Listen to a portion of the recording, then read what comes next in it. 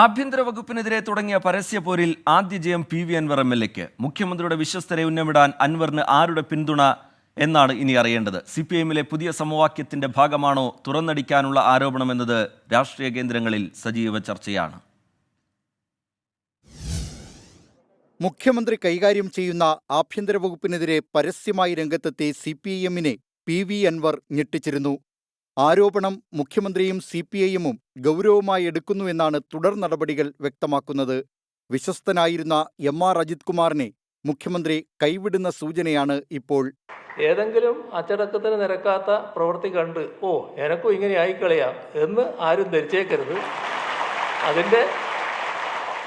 അതിൻ്റെ ഫലം തിക്തമായിരിക്കും എന്നുകൂടി ഓർമ്മ വേണം.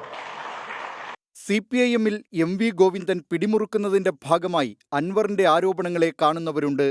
EP ജയരാജനെ LDF കൺവീനർ സ്ഥാനത്ത് നിന്ന് നീക്കിയ പുതിയ പവർ ഗ്രൂപ്പാണ് അൻവറിന് പിന്നിലെന്നാണ് വിലയിരുത്തൽ. അൻവർ ഉന്നയിച്ച കാര്യങ്ങൾ സമഗ്രമായി പരിശോധിക്കുമെന്ന് MV ഗോവിന്ദൻ വ്യക്തമാക്കി. ഉയർന്നു വന്ന എല്ലാ പ്രശ്നങ്ങളും ഗവൺമെൻറ്റും പാർട്ടിയും ആവശ്യമായ രീതിയിലുള്ള ഗൗരവത്തോടുകൂടി തന്നെ എല്ലാ വശങ്ങളും എല്ലാ ഭാഗവും പരിശോധിച്ച് ആവശ്യമായ നിലപാട് സ്വീകരിക്കും. ADGP MR അജിത് കുമാറിനെ ക്രമസമാധാന ചുമതലയിൽ നിന്ന് നീക്കിയാൽ അത് അൻവറിന് വലിയ ജയമാകും. ആരോപണ വിധേയനായ മറ്റൊരാൾ മുഖ്യമന്ത്രിയുടെ പൊളിറ്റിക്കൽ സെക്രട്ടറി P ശശിയാണ്. ഇക്കാര്യത്തിൽ തീരുമാനമെടുക്കേണ്ടത് മുഖ്യമന്ത്രിയും CPIMുമാണ്.